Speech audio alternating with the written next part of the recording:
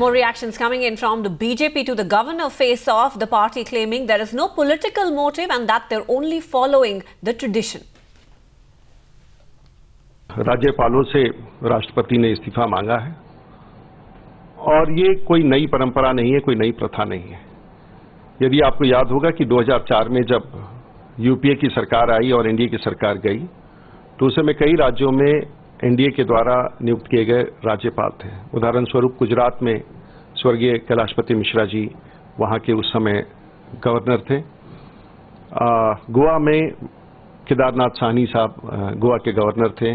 उत्तर प्रदेश में विष्णुकांत शास्त्री साहब उत्तर प्रदेश के राज्यपाल थे। इस प्रकार से कई राज्यों के राज्यपाल थे जिनकी नियुक्ति राष्ट्रपति द्वारा की गई थी, लेकिन सरकार बदली और इन सब लोगों से इस्तीफा मांगा गया और ये सब लोगों ने स्वेच्छा से इस्तीफा दे दी।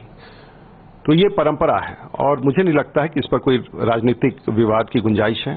यहां तक कि कुछ लोग उस दौरान एनडीए के लोग उच्चतम न्यायालय में गए थे और उच्चतम न्यायालय ने कहा कि ये राज्यपाल सरकारी नियुक्ति नहीं होते हैं, ये they are not the employees of the government, इसलिए इसमें कोई आपत्ति की गुंजाइश नहीं है।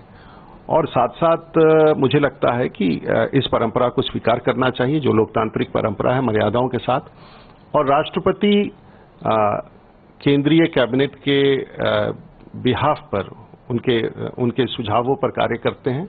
यदि केंद्रीय कैबिनेट ने ऐसा सुझाव दिया है और राष्ट्रपति इसका अनुपालन करने का उन्होंने निर्देश जारी किया है, तो मैं समझता हूं कि ये सभी संवैधानिक परंपराओं और मर्यादाओं के तहत है। मंत्री ने स्पष्ट रूप से कह दिया है कि चुनौती है इस देश में सकल घरेलू उत्पाद जो घट करके 5% से भी कम आ गया है।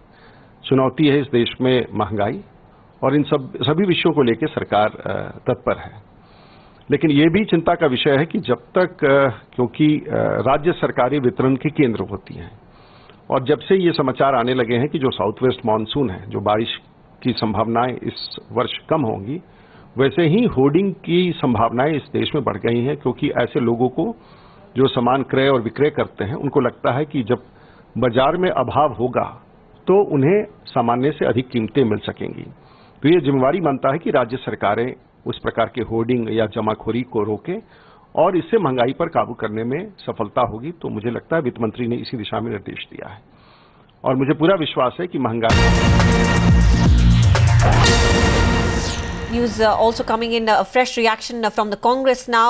Shobha Oza says that there is the 2010 Supreme Court ruling which says change in government is not a reason to change governors. She also says that the BJP is trying to saffronize the position of the governors.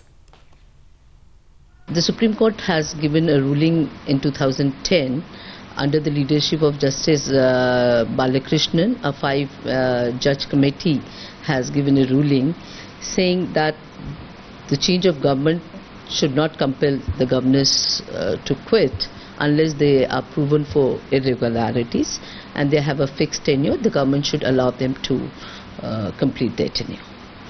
What about reports that the BJP government wants to investigate these governors? That's why they're asking them. See, they're trying to politicize the esteemed position of governorship, and in fact they should not try to saffronize this constitutional position.